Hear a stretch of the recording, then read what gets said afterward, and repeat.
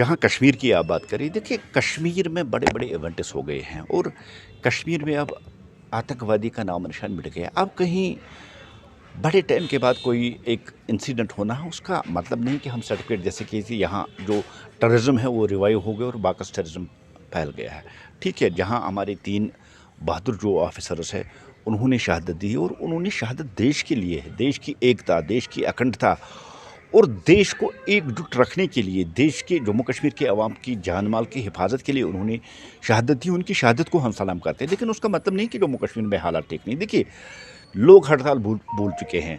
हड़ताल क्या होती है किसी को पता ही नहीं अब हड़ताल क्या होती है, और स्टोन पेल्टिंग बन चुकी है और हालात इस हद तक यहाँ ठीक हो चुके हैं कि अब आप देखिए कि हाल ही में गवर्नमेंट ने जो कुछ बड़े फैसले किए हैं, जैसे मौलाना मुश्ताक वली साहब, उनको भी रिहा किया गया, दाऊदी साहब को भी रिहा किया और मौलवी उमर फारूक साहब को भी रिहा किया गया और उनको जामिया मस्जिद जाने और वहाँ नमाज अदा करने की भी इजाज़त दी गई। और आपने देखा बड़े लोग वहाँ थे और वहाँ कोई ऐसा वाक़ा नहीं हुआ जिससे हम कह सकते हैं कि हम हालात ख़राब होने का वाक़ा नहीं है।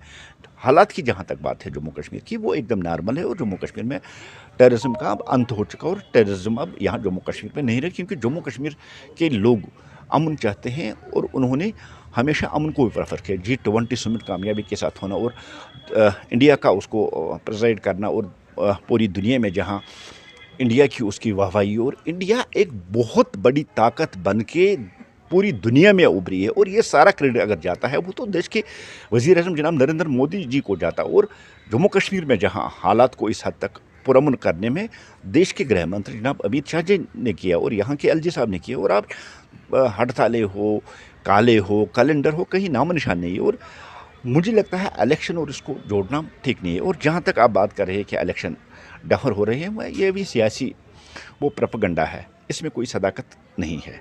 और मुख्तलिफ जो पॉलिटिकल पार्टीज़ है खुद ही वो अंदाज़ा लगा रहे और खुद ही वो कयास आरे लगा रही है। और अभी तक इलेक्शन कमीशन ऑफ इंडिया की तरफ से कोई ऐसा इशारा नहीं मिला है जिसमें आप हम कह सकते हैं कि उन्होंने कहा कि इलेक्शन को हम डेफर करेंगे, या जो ULB इलेक्शंस या पंचायत जो इलेक्शंस है वो अभी नहीं होंगे, वो पार्लियामेंट इलेक्शन के बाद होगी। ऐसा भी कुछ भी नहीं हुआ। ठीक है, भारतीय जनता पार्टी की कल कोर ग्रुप की मीटिंग हुई है, जहाँ जिसमें हमारी state president honourable Ravindra Raina साहब थे, हमारे 2 एक्स डिप्टी चीफ मिनिस्टर थे, डॉक्टर निर्मल सिंह साहब थे, कविंदर गुप्ता थे, जनाब अशोक कोल साहब थे।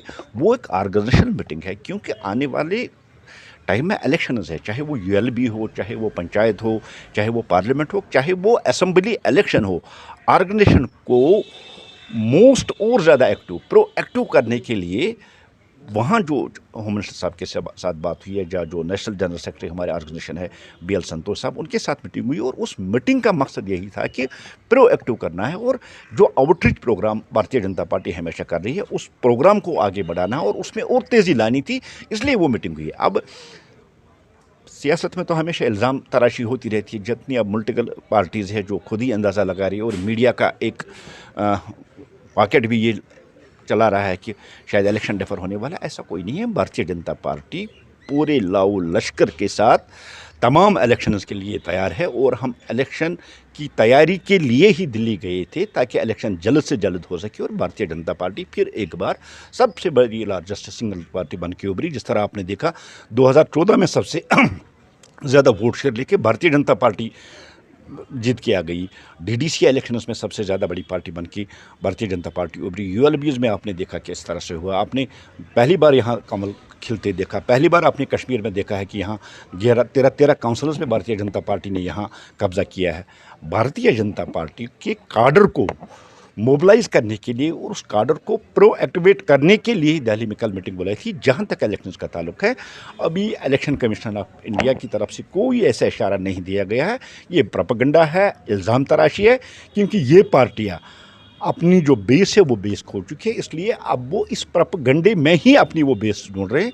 जहां तक इलेक्शन का ताल्लुक है, भारतीय जनता पार्टी इलेक्शन के लिए तैयार है और हम इलेक्शन के लिए पूरी तरह से एक्टिवेट हैं।